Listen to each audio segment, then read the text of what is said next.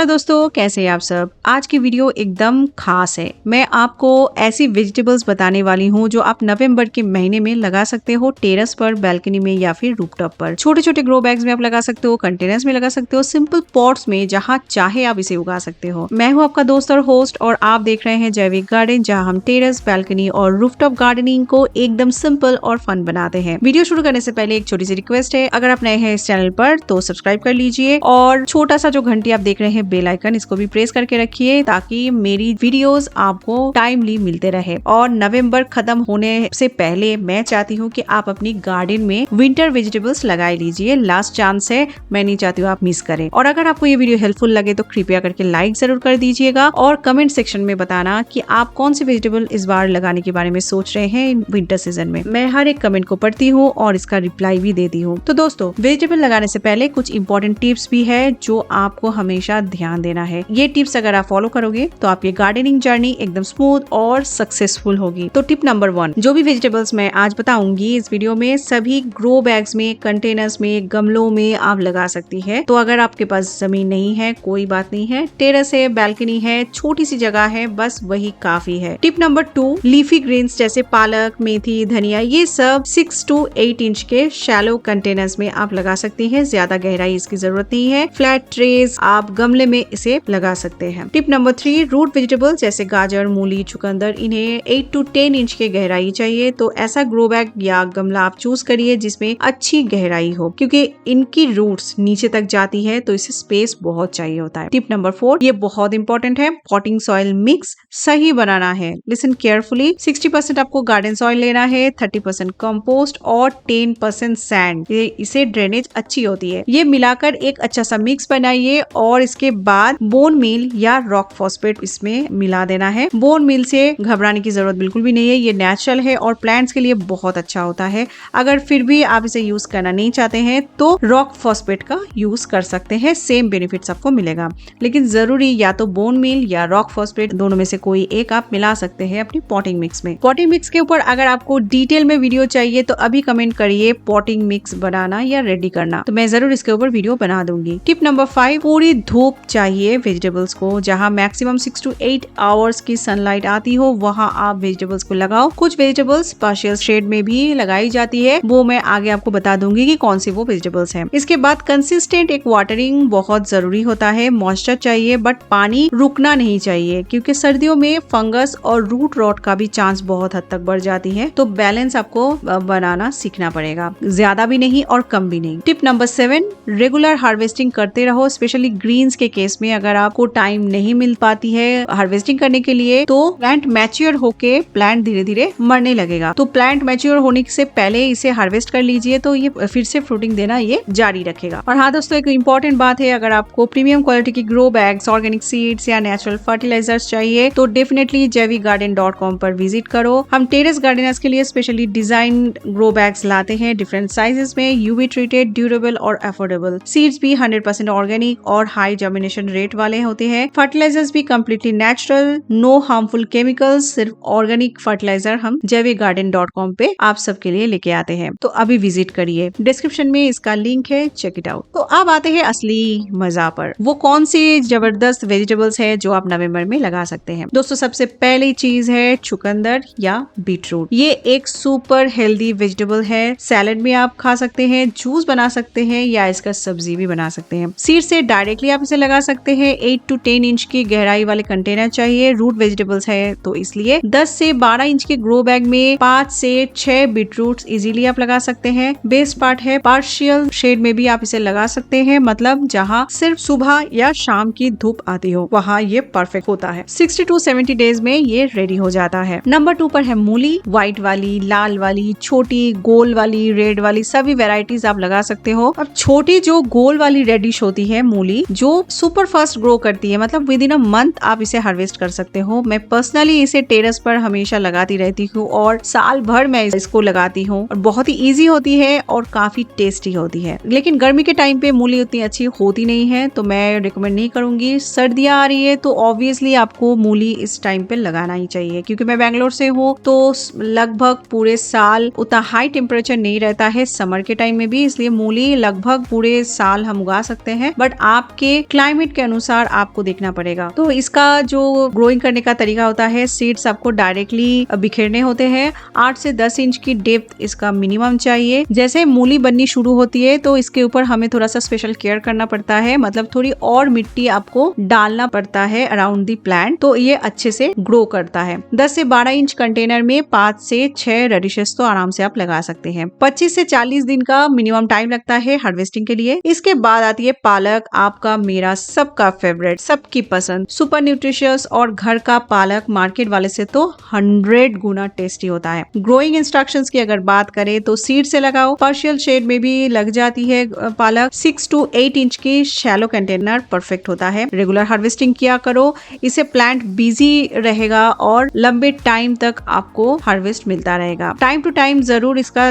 Check करते रहना है, कोई कीड़ा ना लगे इसको। और अगर आपको दिखे कि बहुत ज्यादा पालक की सीड्स जर्मिनेट हो गई है तो आपको थिनिंग करना भी जरूरी है, मतलब ज्यादा सीडलिंग्स अगर बहुत पास हो गया है तो आप कुछ को निकाल दो और कुछ को रहने दो, तो अच्छे से ग्रो करेगा, आपको हार्वेस्टिंग भी अच्छा मिलेगा। तो पालक में एक और चीज का ध्यान देना है, बहुत बड़ी नहीं होने देना है इसको, नहीं तो फिर खराब होना स्टार्ट हो जाएगा पालक और ये सीड्स बनाने में बिजी हो जाएगा। तो आपको क्या करना है, पालक को जल्दी जल्दी हार्वेस्ट करते रहना है। इसके बाद आ जाती है गाजर, नंबर 4 पर है। घर की गाजर की अगर बात करें तो इसका अलग ही टेस्ट होता है, मार्केट वाले से तो बहुत ही अच्छा टेस्ट होता है इसका। सीड्स डायरेक्टली इसे आप लगाओ, बिखेर दो, ट्रांसप्लांट नहीं करना है। इसके लिए फुल सन चाहिए, पूरी धूप इसके लिए बेस्ट होता है। 8 से 10 इंच की डेप्थ मैंडेटरी है। इसका एक अच्छा पॉटिंग मिक्स बनाइए। कैरेट के लिए थोड़ा सैंड आपको बढ़ाना है, 50% गार्डन सॉइल आप लीजिए, 30% कंपोस्ट लीजिए और 20% सैंड। क्यों? क्योंकि लूज सॉइल में कैरेट स्ट्रेट और हेल्दी ग्रो करता है। अब जर्मिनेशन में थोड़ा टाइम लगता है, 10 से 15 दिन का लग जाता है, तो घबराना नहीं है, ये आराम से आ जाती है कैरेट और इसके बाद 7 to 80 डेज में हार्वेस्ट कर सकते हैं। नंबर 5 पर है धनिया। इंडियन किचन का तो बिना धनिया का कभी भी कुकिंग हो ही नहीं सकता। हर रोज हमें फ्रेश कोरिएंडर चाहिए होता है।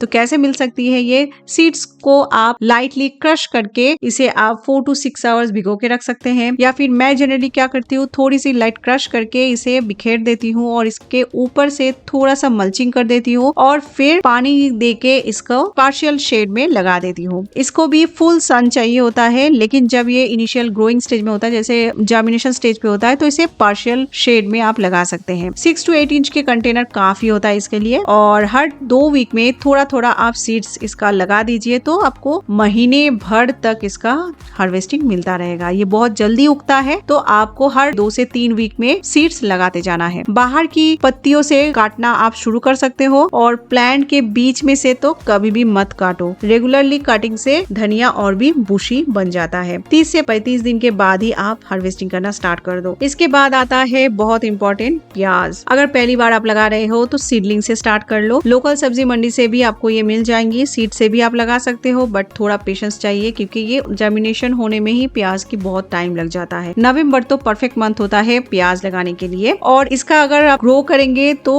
8 से 10 इंच का डेप्थ का मिनिमम आपको चाहिए ग्रो बैग। 10 से 12 इंच के कंटेनर में आप 8 से 10 अनियन आराम से लगा सकते हैं। अगर अनियंस नहीं खाते हो, जैन फैमिली या कुछ लोग नहीं खाते हैं अनियंस, तब भी आप लगाओ क्योंकि नेचुरल पेस्ट रिपेलेंट है ये। बाकी वेजिटेबल्स को ये प्रोटेक्ट करेगा। बाकी वेजिटेबल्स जो आप लगा रहे हो, विंटर वेजिटेबल्स, तो इसके अराउंड मतलब कॉर्नर वाइज आप इसे लगाते रहो, कीड़े आपको कम दिखेंगे क्योंकि प्याज का जो अरोमा होता है, जो सुगंध होती है, उससे पेस्ट दूर भागती है। और सबसे अच्छी बात है कि अनियंस की ग्रीन पार्ट्स भी खाया जाता है, तो इसका भी स्प्रिंग अनियंस की तरह आप यूज कर सकते हो। नेक्स्ट है सबकी फेवरेट, आलू। हाँ भाई, टेरेस पर भी आप इसे आराम से इजीली लगा सकते हो, बट इसके लिए अगर सीड्स आप लगा रहे हैं तो सर्टिफाइड सीड्स आप इसका यूज करिए, या फिर आप मार्केट से हेल्दी आलू लेके आइए। इसका छोटा छोटा पीस में इसे कट करिए और इसे कट पीस को शेड में 1 से 2 दिन के लिए इसे ड्राई करिए। फिर एक बड़ी कंटेनर में 12 से 15 इंच की मिनिमम डेप्थ जिसकी होती है उसमें आप इसे लगा दीजिए। बहुत इंपॉर्टेंट है कि जैसे आप प्लांट बढ़ता दिखे तो इसमें आपको मिट्टी भरते जाना है ऊपर से, जैसे गाजर के लिए हमने कहा था वैसे ही आपको आलू के लिए भी करना है। कंटेनर साइज 15 इंच के कंटेनर में 2 से 3 पोटैटोज सीड्स आप लगा सकते हैं। 90 से 120 दिन में, मतलब 3 से 4 महीने में प्लांट का जब पत्ते पीला होने लगेगा तो आप हार्वेस्ट कर सकते हैं आलू। नेक्स्ट वेजिटेबल है मेथी, और इसमें भी 2 टाइप की आपको मिलते हैं, रेगुलर मेथी और कसूरी मेथी। कसूरी मेथी के सीड्स बहुत छोटे छोटे होते हैं, इसके लिए आपको घबराना नहीं है। फ्लेवर तो इसके अमेजिंग होती है। इसे आप ड्राई करके पूरा साल भी यूज कर सकते हैं। तो इसे डायरेक्टली आपको सीड्स बिखेर देना है। 6 to 8 इंच का आपको शैलो कंटेनर चाहिए। सुपर फास्ट ये ग्रो करता है, 20 से 25 दिन में ही आप हार्वेस्ट कर सकते हैं। रेगुलर कटिंग आप करते रहिए और फुल सन या पार्शियल शेड जैसा भी आपके पास स्पेस हो, दोनों में ही चलती है। फ्रेश मेथी पराठा या कसूरी मेथी करी, ये तो अमेजिंग है, राइट? आज ही अपनी किचन गार्डन में कसूरी मेथी लगाइए। इसके बाद है लहसुन। हेल्थ के लिए बहुत अच्छा होता है और ग्रो करना भी बहुत इजी होता है। इसके लिए आपको गार्लिक क्लोव्स को सेपरेट करना है, सीधी तरीके से आपको लगाना है। टिप इसका जो होता है वो ऊपर की तरफ होनी चाहिए। 2 से 3 इंच का आपको स्पेसिंग देनी है और 6 to 8 इंच की डेप में आप आराम से लहसुन को लगा सकते हैं। अगर आप खाते नहीं है लहसुन तो कोई बात नहीं है, इसे भी प्याज की तरह ही नेचुरल पेस्ट गार्ड की तरह लगा सकते हैं। ये पेस्ट रिपेलेंट होता है। कि हर कंटेनर के साइड में 4 to 5 क्लोव्स लगा दीजिए। इसे आपको बहुत सारे इंच से,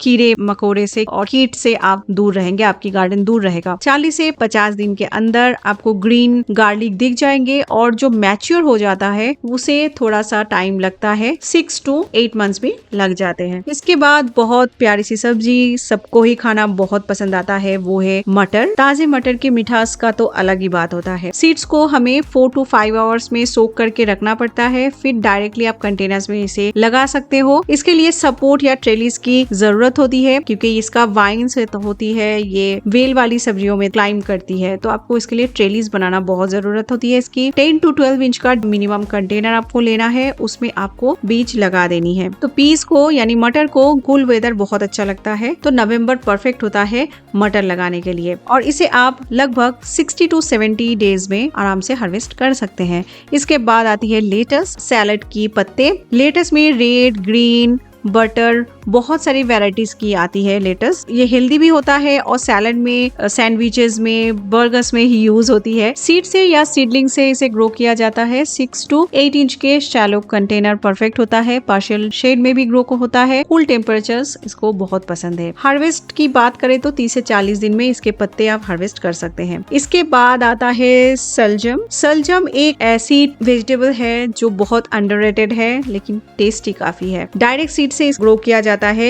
8 to 10 इंच की मिनिमम डेप कंटेनर इसके चाहिए। नवंबर में भी लगाया जाता है। घर की सलजम मार्केट से बहुत ज्यादा स्वीट होती है, तो आप इसे आज ही लगाइए और 50 से 60 दिन के बाद इसका हार्वेस्ट लीजिए। और फाइनली सरसों। सरसों की साग खाना किसको पसंद नहीं है, और इसे आप लास्टली नवंबर के महीने में लगा सकते हैं। 6 to 8 इंच का कंटेनर चाहिए। फुल सनलाइट इसके लिए बेस्ट होता है। फास्ट ग्रोइंग है, बहुत जल्दी आपको हार्वेस्ट सरसों से मिलता है। 30 से 40 दिन में ये बनके रेडी हो जाता है हार्वेस्टिंग के लिए। तो दोस्तों, फास्ट ग्रोइंग वेजिटेबल्स में जल्दी हार्वेस्ट पाने के लिए आज ही आपको लगाना है मूली, स्पेशली लाल वाली, मेथी लगानी है, सरसों और धनिया। और अगर आपके बैल्कनी या टेरेस पे फुल सनलाइट नहीं है, पार्शियल शेड है, तो आप इसमें लगा सकते हैं चुकंदर, बीटरूट, पालक, मूली, धनिया और लेटस। और अगर फुल सन आपको मिलता है, पूरी धूप में आपको वेजिटेबल्स लगानी है, तो इसके लिए गाजर, आलू, मटर और सरसों ये बहुत अच्छे से हार्वेस्ट आप कर सकते हैं। तो कमेंट करके मुझे बताइए जो वेजिटेबल्स मैं आपको बताई हूँ इसमें से कौन सी वेजिटेबल्स आपको लगाने हैं, आप सोच रहे हैं, तो कमेंट सेक्शन में जरूर बताइए। मैंने ये उगाने के लिए सोची है या सोचा है। और अगर आपको नहीं पता है कि किस तरीके से पॉटिंग मिक्स तैयार किया जाता है या ग्रो बैग्स किसके लिए सही होता है, जो मैं बताई हूँ इस वीडियो में, आप इसके बाद नेक्स्ट वीडियो जरूर देख लीजिए। तो मिलते हैं अगले वीडियो में, तब तक के लिए हैप्पी गार्डनिंग।